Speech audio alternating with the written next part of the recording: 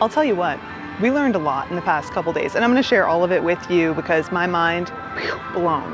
Hey everyone, welcome back to the channel and welcome to Epcot. Today we're just wandering around, having a casual day, enjoying the park and chatting about a few different things. I think it's gonna be a good time, so let's get going. So we're kicking things off today over here in the area not too far from Mission Space. Of course, we're not going on Mission Space today, but I did want to take a look at the work that's being done over here on Test Track. Test Track recently closed for refurbishment, and they're doing a lot of work. The whole canopy is gone. They have the cars out front. You can't see them from where we're standing, but there's also a lot of work being done that we could see if we took the monorail. We might do that later. I don't know though, it depends on how we're feeling. Honestly, I'm really excited for this update because I do not like this version of Test Track, despite Test Track once being one of my favorite attractions here at Walt Disney World. It just was better, in my opinion, when it talked about manufacturing of cars and really showed you what it was like to test those vehicles, explaining different components of vehicles and everything. But I'm a gearhead, you know what I mean? So of course I loved it. That said, I was never a fan of the new Test Track, you know, like the one that just closed down. Very typical Disney update, in my opinion, where they just blacked everything out, maybe put some curtains up and got some lights going. Not a fan, not a fan. I am hopeful for the update, especially because it seems like they're gonna be reaching for some classic Epcot Center themes with this update, but I'm also not holding my breath. You know, it's the same story for every update that Disney does nowadays. Anyway, let's keep moving, see what else we can stumble into. Take a look. They do have, I think it's a yellow vet outside. Really nice. When we talked to the Chevy people last time we were here and they were indoors, they said they were gonna have some EVs on display, so let's go check that out. All right, so we do have the Corvette. Isn't it nice? Stingray, Accelerate Yellow, and then this 2024 Equinox EV, which is pretty nice. Wow, look at that display. Now, I'm not really an EV girly. It's not really my thing. I think it's interesting tech. I don't want one. I like my combustion engines, but let me know your thoughts. And if you have an EV, let me know if you like it. But all right, let's keep making our way around World Showcase. To be fair, we're already at the refreshment outpost. I did stop by China. We ducked into Reflections of China so we could cool off for a bit. That's something that I don't do enough when I hang out with you. I get all excited to do a lap around the park, then I get too hot. You know what I mean? Gotta duck into some AC every once in a while. But okay, I said that I was gonna tell you about something that blew my mind because I learned a few things. So let's find a place in the shade to sit down for a second and chat. So you know how we've been talking a lot about Disney's Animal Kingdom Lodge?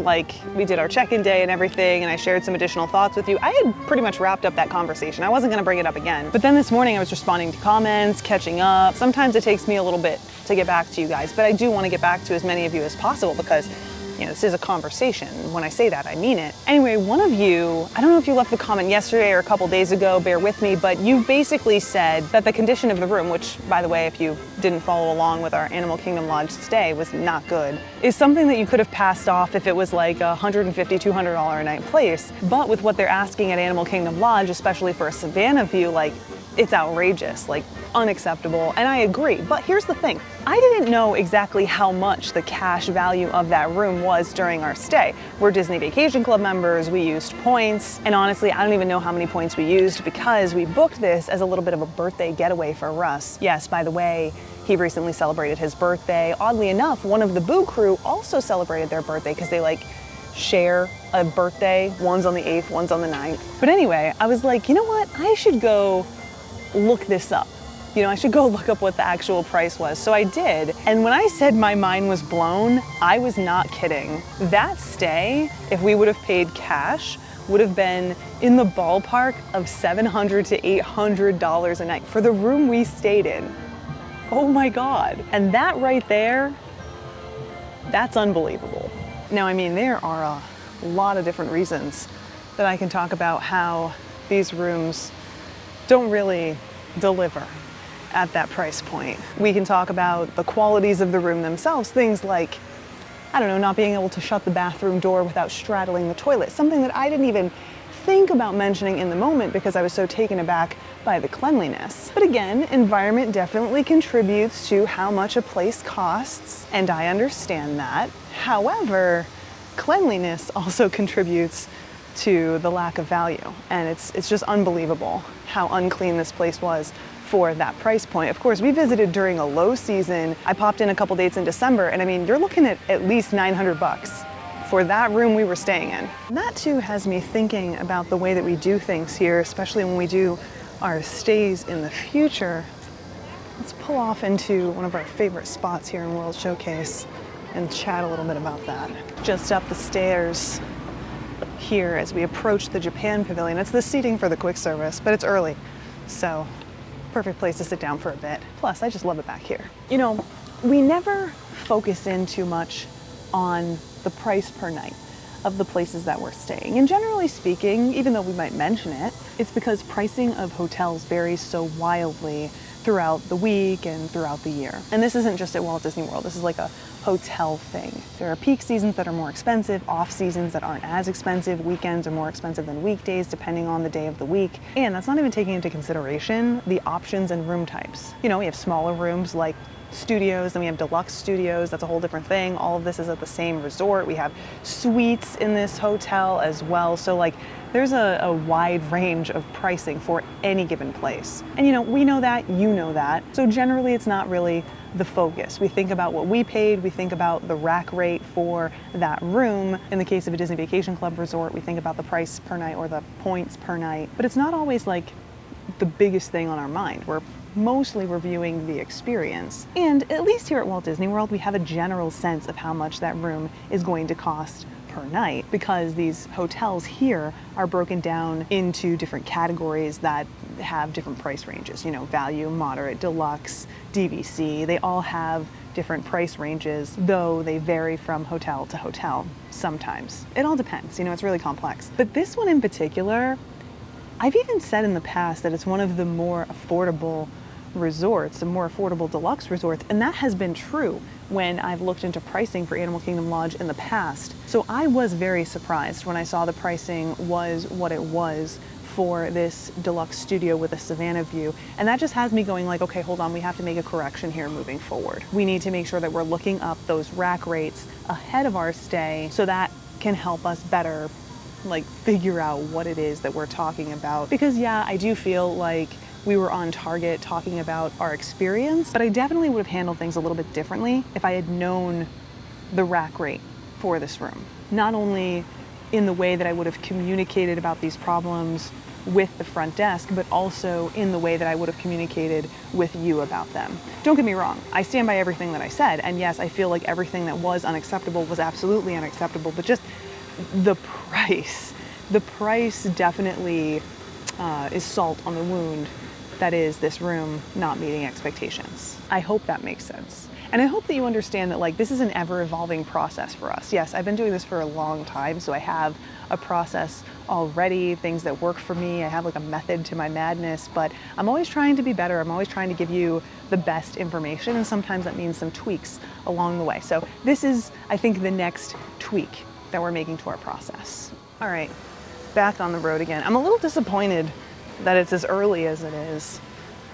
Got 20 minutes until 11, and 11 is when Mitsukoshi opens. I was kind of hoping that I could jump in there and grab myself like a Japanese sports drink because I don't have a liquid IV with me today and I could use a sports drink, but I don't want to wait another 20 minutes.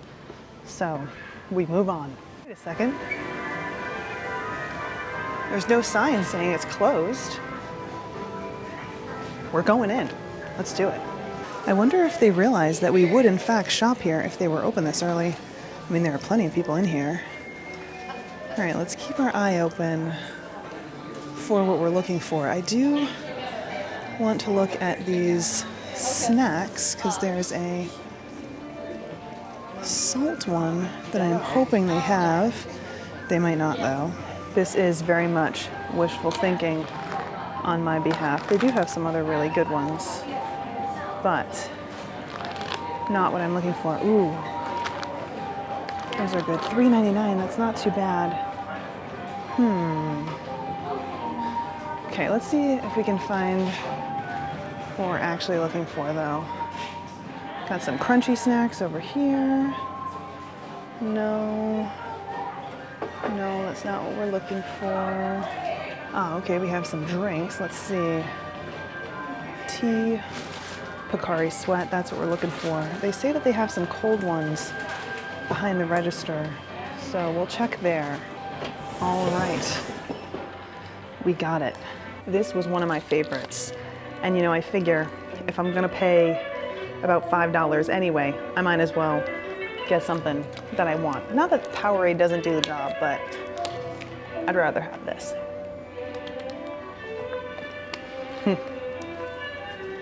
Love it. All right, we've almost finished our trip around the world. We're about to come up on Canada, where I think we're gonna duck into the show so we can soak up some air conditioning before we make our way back into the front of the park. Also, as much as I love Epcot, I feel like it's not my favorite wandering around park during the summertime. Certainly not during the day, because I just feel like, oh, it's misty. I just feel like it's too warm. You know, there aren't enough places to pull off and cool off. Oh, show's about to start. Are we gonna make it? All right, great show. Always a good show. I think I like the China one more, but I love that they have their own song. Anyway, passing by some of the new booths right now in this stretch, I really like this area. You know, the area that everyone was like, it's terrible, it's just lawn games. I like it. Also, some shade, which is really good. We're not gonna eat today though. I know, but I have to come back with Russ. So we're gonna save that for some other day. I am gonna make my way over to the Imagination Pavilion though.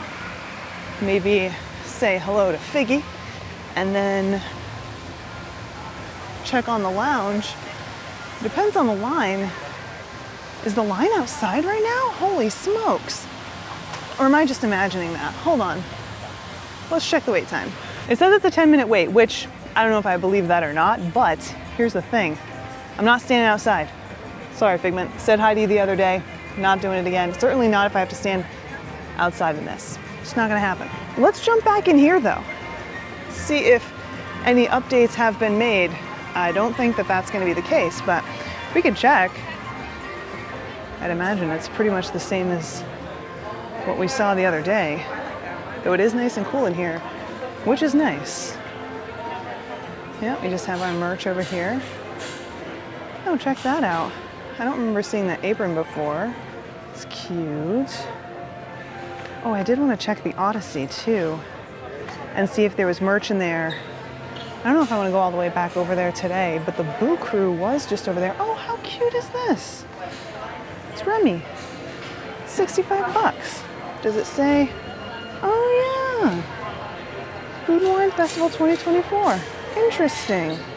The Boo Crew was just over at the Odyssey the other day, so I have to ask them, see if they remember merch. I don't think that they have merch over there because I'd imagine that the photo op that was over there very briefly was where the merch used to be. I don't know, I'll have to ask them and I'll get back to you, but take a look at the line for this macaroni and cheese booth. You know, I heard the other day from the Boo Crew that it was a really big line, and not that I didn't believe them, but I was like, I don't know.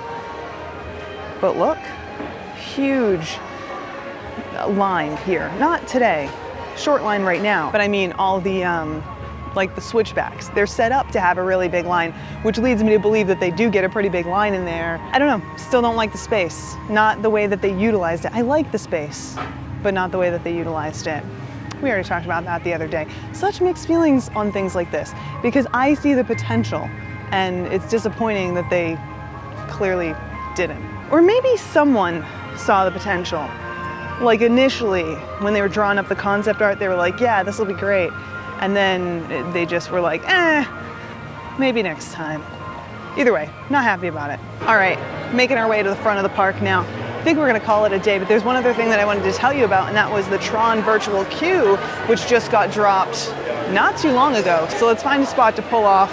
We're making our way toward the entrance, so we're going against the flow right now. And let's talk about that, because it was definitely a very interesting turn of events. So as some of you may already know, Tron Light Cycle Run over at Magic Kingdom utilizes the virtual queue system. There's also a virtual queue for Cosmic Rewind here at this park.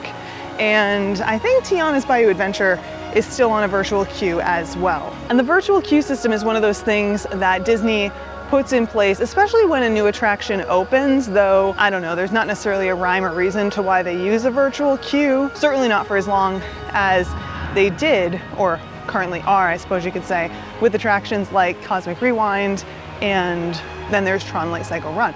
But here's the thing, Tron Light Cycle Run recently dropped their virtual queue, and there was a lot of speculation as to what that was gonna look like when they did. And the predictions were all over the place. Some people saying we could expect 6-hour-long waits, other people saying that it wasn't gonna be much of a wait at all. And as it turned out, we were keeping track of this on the day that the virtual queue went away and you just had the option of standby or individual lightning lane, excuse me, not individual lightning lane selection, lightning lane single pass, because that did recently change over, formerly individual lightning lane selection, essentially your ability to pay to ride. And honestly, it was a pretty nice spread. We did see it open up with like 100+ minute wait, and then it went down to like 35, which was nice. It also hung around that 60-minute wait for a while. So like I said, all over the place. And some people are saying like, clearly this means that virtual queues need to go away. And while I hear what they're saying, I also think it's important to understand what yesterday actually looked like, because yesterday was a very light day at Magic Kingdom and it rained. In fact, for a chunk of the day there, a number of attractions were closed due to weather. So I do think that that played a role in what it looked like for Tron's first day with just a standby queue and with Lightning Lane Single Pass. Anyway, the reason that I bring this up is because I know that there are a lot of you out there who probably have mixed feelings about what Tron is going to be like during your visit, especially now that you have a standby queue and you don't have to do the virtual queue thing. Personally, if you were to ask me, I wouldn't be under the impression that the line isn't going to be very long in the future, in the near future even. You know, it's important to understand with all the chatter about Tron Light Cycle Run that has been happening recently, like over the past couple days, because it's only been open for a couple days without that virtual queue, that September is low season. This is the time of year when you're gonna experience less crowds anyway. I mean, Magic Kingdom yesterday had, by the way, yesterday meaning the first day without a virtual queue for Tron, had like a 30 to 40 minute wait throughout different periods of the day for Seven Dwarfs Mine Train, which is another attraction known for having a really, really long wait and consistently having that long wait. So I think it just is gonna depend. Do I think we're gonna see 6-hour long waits for Tron Light Cycle Run? No. Do I think that it's probably gonna be something closer to what we see for Flight of Passage moving forward? Yeah, probably. Of course, we're just gonna have to wait and see. That having been said, I think it's important, especially if Tron Light Cycle Run is a high priority for you, especially if you're not wanting to take a chunk of your day waiting in a 2-hour long line, which quite frankly is very possible for Tron, especially as we move into the holidays. Maybe work that Lightning Lane Single Pass into your budget. If you don't end up using it, you don't end up using it, you know what I mean? But I think it's too early to decide that it's not necessary. That's basically the point that I want to get at. But all right, with that, I think it's time to wrap up our day here. It was nice to do a lap of the park, but I'm really looking forward to coming back for some festival festivities. With everything that we've had going on, including our Animal Kingdom stay, as well as birthdays, coming here to Epcot just hasn't been a major priority. Plus the weather has made it a little bit difficult, especially later in the evening, because we have been getting a lot of rain and a lot of storms, which generally speaking wouldn't steer us away from visiting the parks. But it's a little bit different when the goal is to enjoy festival foods, because they will in fact close booths for inclement weather, especially if it's super windy, super rainy. That's kind of had us not coming here even though we wanted to be here, but don't worry, it's at the top of our list. Also, speaking of that, keep an eye out on the community page, because I think I might throw a few polls up there and see what you guys want us to try. Of course, there are so many amazing things to eat here at the festival that, I mean, we need a little help making those decisions, you know what I'm saying? So keep an eye up there. But yeah, for now, I think that's about all. I gotta take a few more sips and then make my way out to the Jeep. Thanks so much for hanging out with me, and I look forward to seeing you guys next time. Until then, bye.